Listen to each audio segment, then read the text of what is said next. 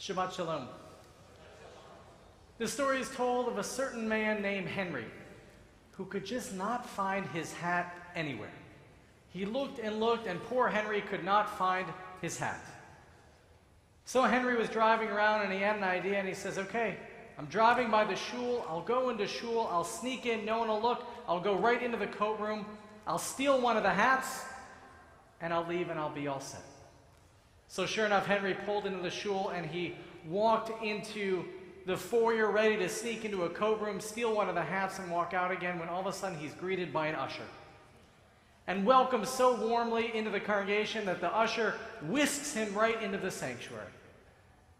Sure enough, the service happens, and at the end of the service, Henry rushes up to the rabbi to wish him a Shabbat Shalom, and Henry takes the rabbi's hand and shakes it vigorously. And Henry says, thank you so much, Rabbi, thank you so much. You really saved me with your sermon on the 10 Commandments. And the rabbi's looking at him funny, and Henry goes on and says, you see, Rabbi, I was really coming to shul to steal a hat, but your sermon on the 10 Commandments really saved me. Oh, the rabbi, looking at Henry, says, well, sure, you mean the law, thou shalt not steal. And Henry says, no, Rabbi. It was when you talked about thou shalt not commit adultery. Then I remembered exactly where my hat was.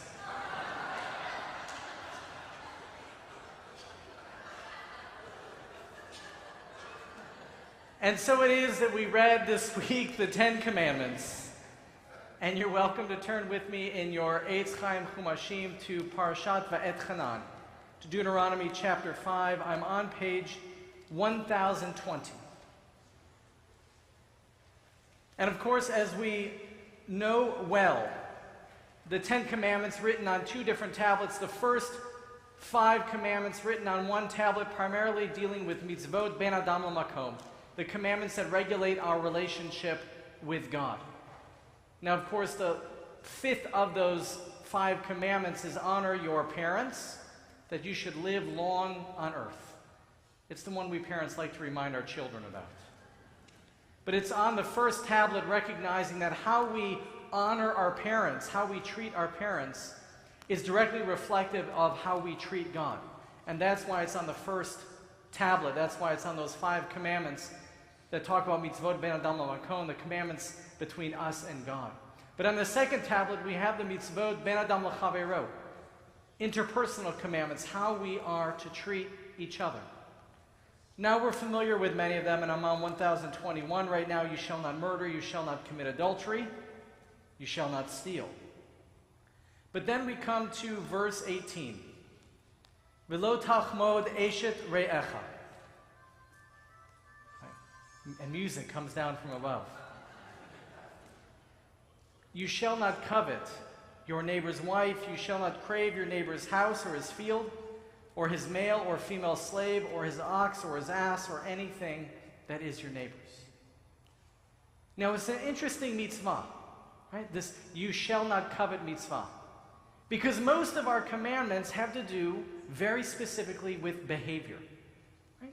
The thou shalts and the thou shalt nots primarily have to do with actions, what you can do and what you cannot do. It's not so often that our Torah seeks to legislate thought, seeks to legislate emotion. And so our rabbis really struggle with this specific mitzvah, with this commandment, and some of them actually come to say that while the text is very clear, it says, you shall not covet your neighbor's wife, you shall not covet your neighbor's house, etc., that really it's coming to further elucidate the whole idea of stealing. That if you can't covet, if you don't covet, if you don't desire what the others have, that you won't then take the next step of leading to action, which is taking what belongs to the other. And in fact, they might come to argue this mitzvah of thou shalt not covet is just further elucidation of the previous commandments.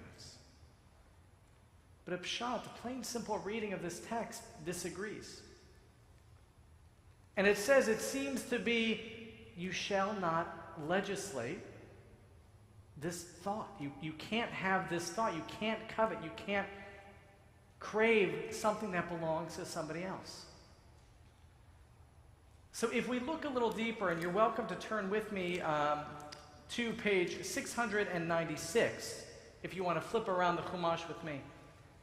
And we see it's, again, very unusual that the Torah would legislate thought, seemingly disconnected from an action. And here we are in what is called the Holiness Code, Leviticus chapter 19.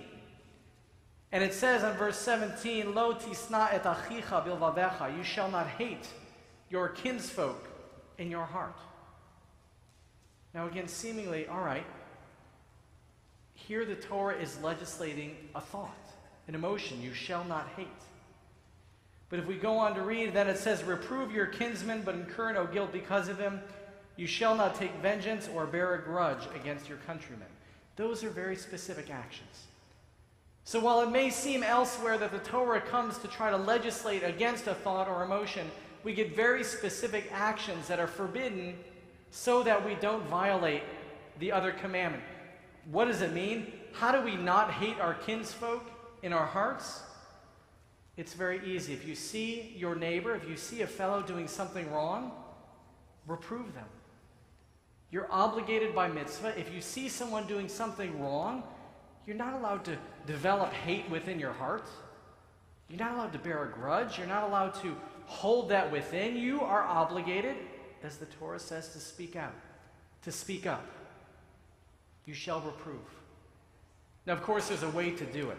And our rabbis go to great length to explicate how exactly we reprove our neighbor, and it has to be done with respect, and it has to be done with care, and it has to be done with a desire to change your ways. It has to be done with a certain genuine kindness. But we're supposed to speak up when we see something wrong so that we don't bear a grudge. Similarly, in our own Torah portion this week, Parashat Va-Ethannan, it says, V'ahavta, you shall love the Lord your God with all your heart, with all your soul, with all your might. And while we may stop there and say, look, here's another example of the Torah legislating thought or emotion, if we keep reading, we see the mitzvah of mezuzah. We see the mitzvah of tefillin. We see the mitzvah of educating our children. We see the mitzvah of saying Shema Yisrael twice a day when we go to bed and when we wake up. There are very specific actions as to how we show our love for God. But here it comes back to our mitzvah this week.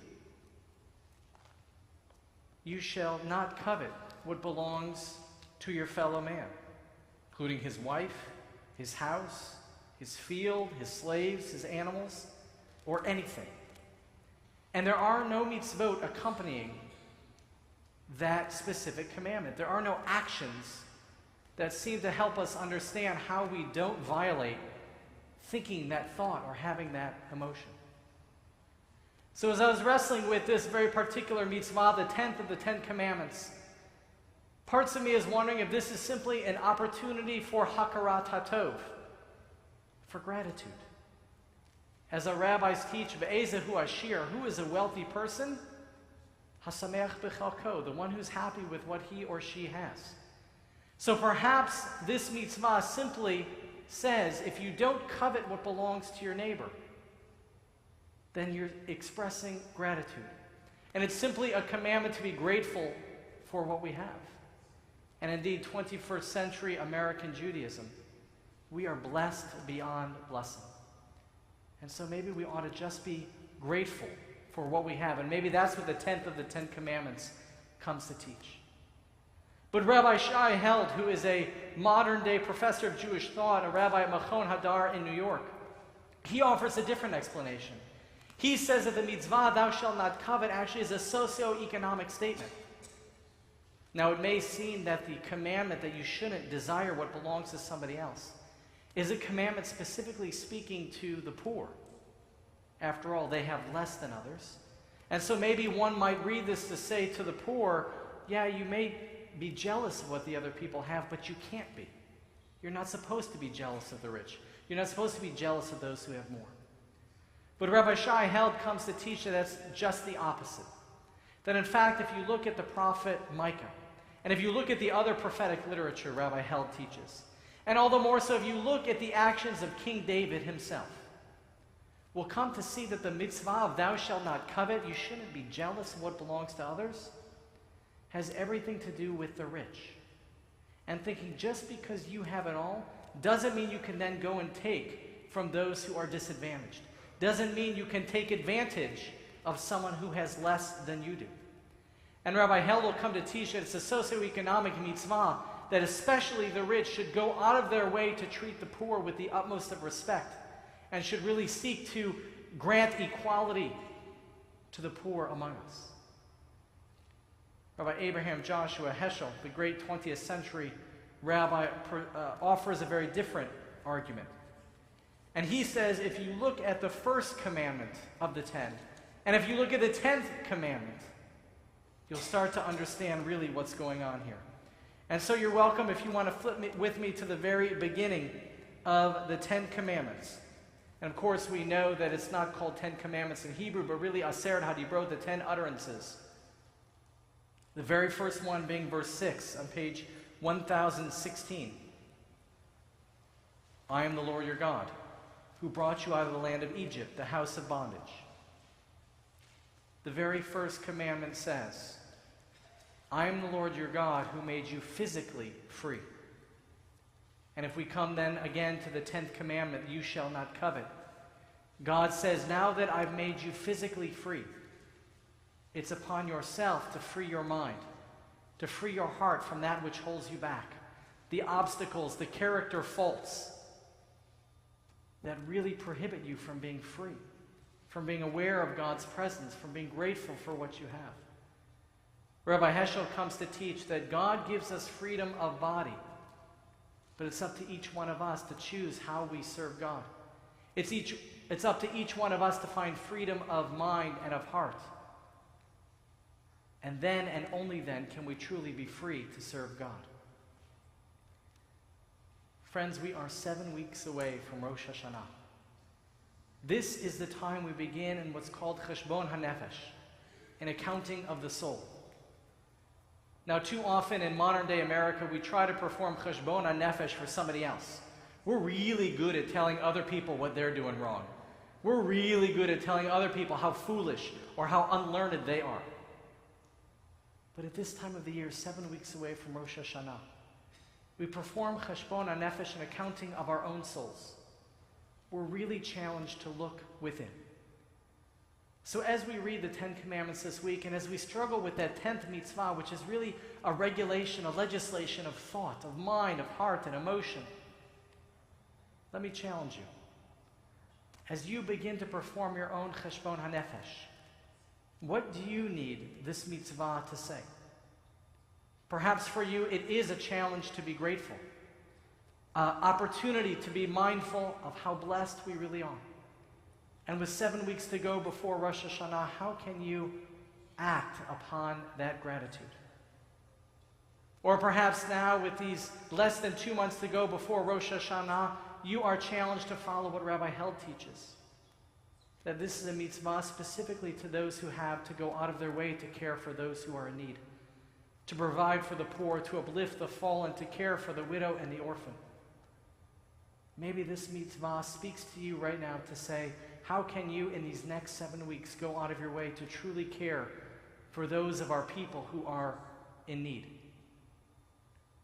Or perhaps now with 7 weeks to go before Rosh Hashanah, perhaps this mitzvah speaks to you in the way that Rabbi Heschel teaches.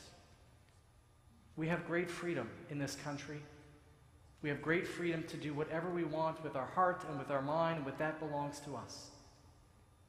And now it's up to each one of us to seize the moment, to say, what am I going to do with my freedom to serve God and to make this world a better place? On this Shabbat of Parashat Va-Ethannan, we are challenged, thou shalt not covet. And now with 7 weeks to go before Rosh Hashanah, I encourage you to explore your hearts, to say, where are you coveting? Where are you jealous? Where are you less than grateful? Where are you not caring for those who are in need? And where are you in terms of freeing your mind? Adonai Ozi Amo Yitein, Adonai Yibarechet Amo Vashalom. May God bless us with the strength to perform a Cheshbon HaNefesh, an accounting not of somebody else's soul, but of our own. And may God bless each and every one of us with peace. Amen.